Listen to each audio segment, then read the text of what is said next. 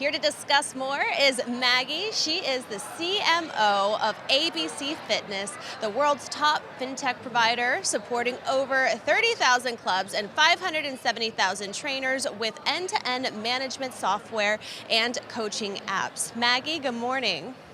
Good morning. Thank you for having me, Trinity. It's a pleasure. And there's been a really big boom right now that we're seeing in the health and wellness space. What do you think is driving this demand? I think it's several factors. Since 2024, check-ins are up 90% to pre-COVID levels, which is an incredible stat. I think, according to other data that ABC Fitness has gathered from 2023 to 2024, new joins at boutique studios and gyms is up 22%. You see wellness IQ increasing. More people are seeking more intelligence around how to stay healthy and how physical health impacts the rest of their life. You have longevity. People want to live healthier longer.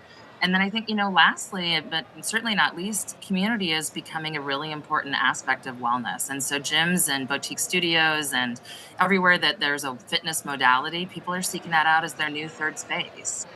From your vantage point, which wellness sectors are experiencing the biggest gains and where are the consumers focusing their spending within health and fitness? Yeah, it's a great question. Again, according to ABC Fitness data, major gym franchises are up 8% in paying members from 2023 to 2024. And I just mentioned new modalities. We have this concept that we call fitness explorers.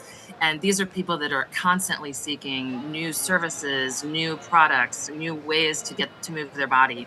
Pilates and pickleball are both on the spike. They keep moving up. And then I think another aspect of this that's really important not to overlook is recovery. More gyms and studios are offering things like saunas and stretching and cold plunges and massage. So it's really that holistic experience of wellness from food all the way to recovery after a workout. And how would you say ABC Fitness is positioning itself to meet the rising demand in wellness overall? And what sort of trends right now are you prioritizing? Sure. We've made several acquisitions over the last few years to have the most comprehensive end-to-end fitness management software. So that's a really important aspect of our strategy. From an AI perspective, we are constantly looking at ways to incorporate AI. So we have multiple places where we have already done that, but we're constantly iterating and then looking for more integrations. And then, really looking at personalization. Interestingly enough, 56% of Gen Z has wearables, as well as 43% of boomers. So really accessing that wearables data and incorporating that into personalization are going to be some big trends that we'll continue to explore. You beat me to the next question. I did want to see what were the biggest trends right now that you're seeing in the fitness sector, as well as, what you're seeing is driving the popularity amongst consumers.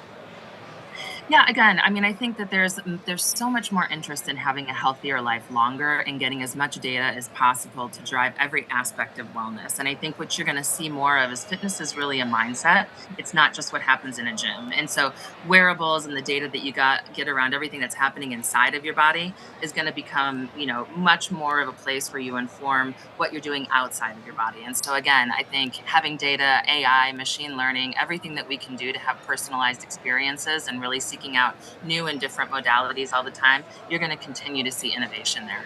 Yeah, it's really a whole lifestyle, Maggie. Thank you so much for joining us. Maggie Lower, she again is the CMO of ABC Fitness. Thank you for having me.